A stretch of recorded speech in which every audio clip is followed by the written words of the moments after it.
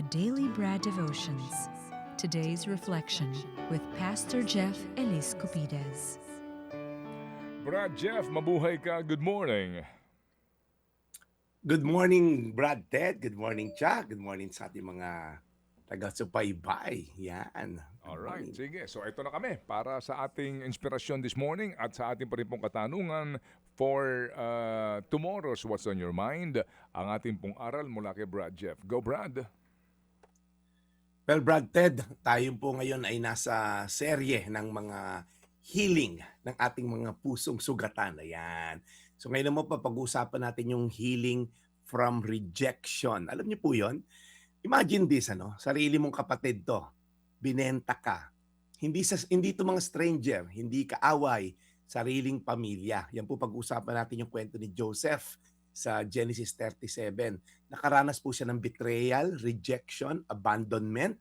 Alam mo yun, yung kung tayo nasa posisyon niya, tatanong mo, bakit mo ko dinala sa pamilya na to, Lord?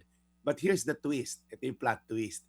The rejection became redirection. So kung kayo man po yung pinagdaraanan ngayon na you've been rejected, you've been abandoned, feeling mo, ikaw ay hindi paborito, yung kapatid mo paborito, ikaw lagi rejected. Sabi po sa Genesis 50 verse 20, ito yung sinabi ni Joseph, masama nga ang inyong ginawa sa akin, subalit ipinahintulot iyon ng Diyos para sa kabutihan. At dahil dooy, naligtas ang marami ngayon. Alam niyo po, redirection hurts but doesn't cancel God's calling. Si Joseph po kasi may dream from God. Napaka-grand nung dream niya. Siya rin magiging pinuno and all, luluhod sa kanya-kanyang mga magulang. Pero bago niya naabot yon, dinaanan niya matinding pagsubok. Rejected by family, sold to slavery, forgotten in prison. Feeling niya siguro tapos na. Yung plano ng Diyos na tabunan na tong mga suffering na to. Alam niyo po, rejection is painful, but it's not powerful enough to cancel God's purpose. Kahit hilahin tayo pababa ng mga tao, kung si God naglagay sa'yo sa calling mo, walang makakapigil dyan. People can reject you, but they cannot reject God's plan for you. Pangalawa po, rejection can be God's redirection. Kung hindi po na-reject si Joseph, hindi siya napunta ng Egypt. Hindi siya makikilala ni Pharaoh. Hindi siya magiging second in command. Yung akala niyang setback, set up pala ng Diyos. Minsan, ang no ng tao ay go ni God in different direction. Maaari po nawala kayo ng trabaho, nawala yung jowa nyo, okay? Yung boyfriend, girlfriend nyo. Maaari nawala kayo ng oportunidad sa negosyo. Baka hindi ka tinatanggal ni Lord. Nire-redirect ka lang. Your rejection may be God's redirection. And lastly po, ito yung higher perspective na dapat magkaroon tayo. God turns what was meant for evil into good. After all the pain, ito sinabi ni Joseph sa binasa natin, masama yung plano nyo, pinahintulot yun ng Diyos para maging sa kabutihan. Grabe, no? Hindi niya dininay yung pain, ni-reframe lang niya yung purpose. God did not waste the betrayal, ginamit niya ito to accomplish His purpose. Kaya ikaw na nakikinig ngayon, don't define your life by who rejected you. Maring sarili mong magulang, kapatid, kaanak. Don't quit in the middle of the process. And don't miss the direction of God is leading you because minsan, hindi nagtatapos ang lahat sa rejection. Baka rerouting lang ni God yan. Imagine si Joseph, nagsisi, nagngangawa na lang doon, baka wala rin po siyang narating. So, today, ask yourself, why did they reject me? Pero ang magandang tanong, Lord, where are you redirecting me?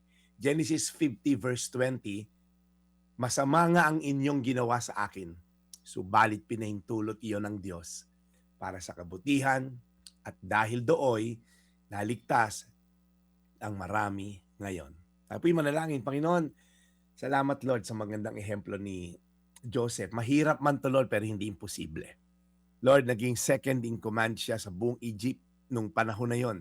At dahil doon, nasalba ang buong mundo dahil sa kanyang plano kung paano masustain ang ani ng Egypt at tagtuyot sa buong mundo. So Lord, tulungan mo kami Lord magkaroon ng ganung perspective na yung current situation namin will not define our future.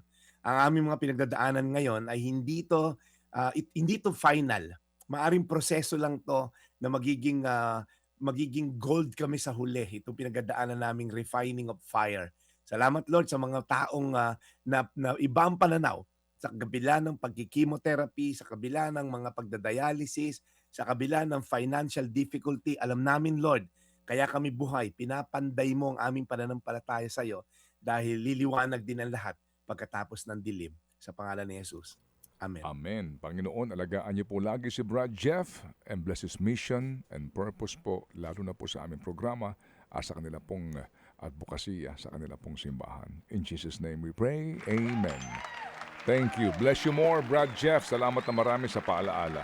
Salamat na marami. Sa gitna ng dilim, meron pa rin pong sisikat na liwanag. Amen. Amen. Ayan. Alright, so Brad, we'll catch you tomorrow at bukas ay, hindi ako nagmamadali Miyerkules pa lang, hindi pa bisperas ng Biyernes. Kalagitnaan pa lang. Brad Ted. Oo. Marami pa tayong pwedeng gawin. Lapit na ang birthday ni tatay, baby girl.